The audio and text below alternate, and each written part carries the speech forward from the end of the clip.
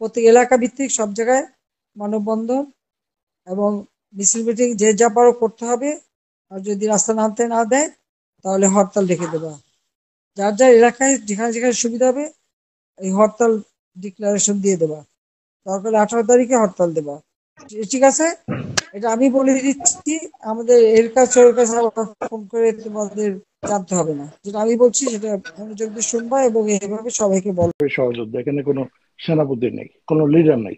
জি secondly, জি এই team কিন্তু হরতাল ডাকেনি।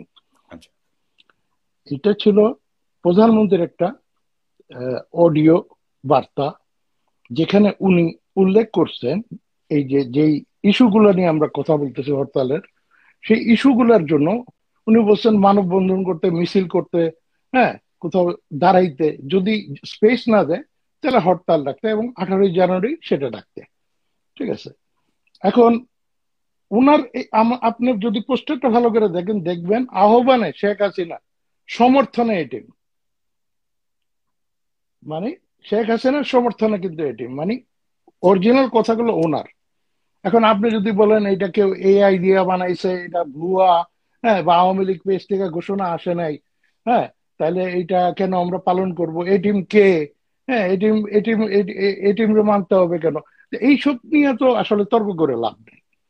আমাদের আর্গুমেন্টটা খুব ক্লিয়ার, যে আমরা কিন্তু কিছুদিন আগে একটা ক্যাম্পেইন করছিলাম, জয় বাংলা, জয় বাংলা ক্যাম্পেইন, ডিসেম্বর থেকে জানুয়ারির 10 তারিখ পর্যন্ত চলছে, বঙ্গবন্ধুর সদস্যপত্তন দিবস পর্যন্ত। প্রচুর মানুষ সাড়া দিছে, হাতে লেখছে, কাগজে লেখছে, টাকায় লেখছে, ওয়ালে লেখছে। দুইজন কিন্তু মারাও গেছে, রায়হান আর মাসুদ, যাদের কোপায় হত্যা করা হয়েছে ছাত্রলীগের, এবং অনেকে জেলেও গেছে। কিন্তু ক্যাম্পেইনটা চলছে। আমাদের হাতে মনে হয় 5,000-এর উপর ভিডিও আসছে। এক পর্যায়ে কোনো ভিডিও ওগুলা আর ইউজই করা হয়নি, রেখে দিচ্ছে, যা যা বাবা এই এত, কারণ চেহারা দেখাচ্ছে, হ্যাঁ, আহ, নাম বলতেছে আমি অমুক জেলার এই এই, তো এইগুলা তো ওর জন্য বিপজ্জনক।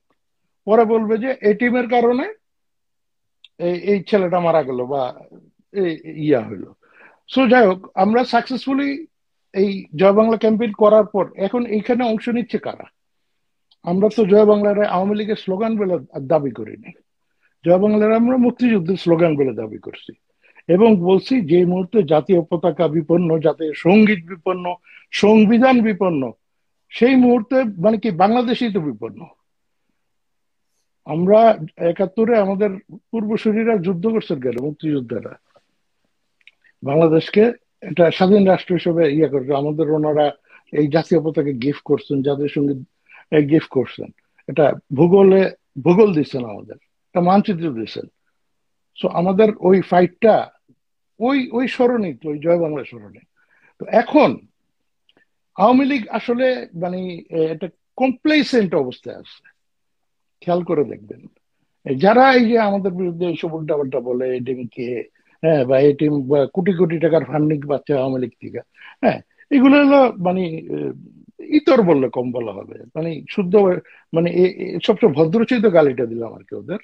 তো এখন এরা কিন্তু কিছু করে না, এরা চেহারাই দেখায়নি। 5 তারিখের পর অনলাইনে এটিম ছাড়া কেউ ছিল না, ছিল হয়তো কয়েকজন বিচ্ছিন্ন ভাবে, কিন্তু এটিম, এটিম যে মানে আমাদের নিজেদের মধ্যে অনেক ক্যাচাল, অনেক ক্যাচাল, মানে আমরা যে কজন আছি এদের ভিতরে অনেক ঝামেলা ছিল, ঝগড়াঝাটি ছিল, মুখ দেখা থেকে বন্ধ ছিল। সেই আমরা জাতির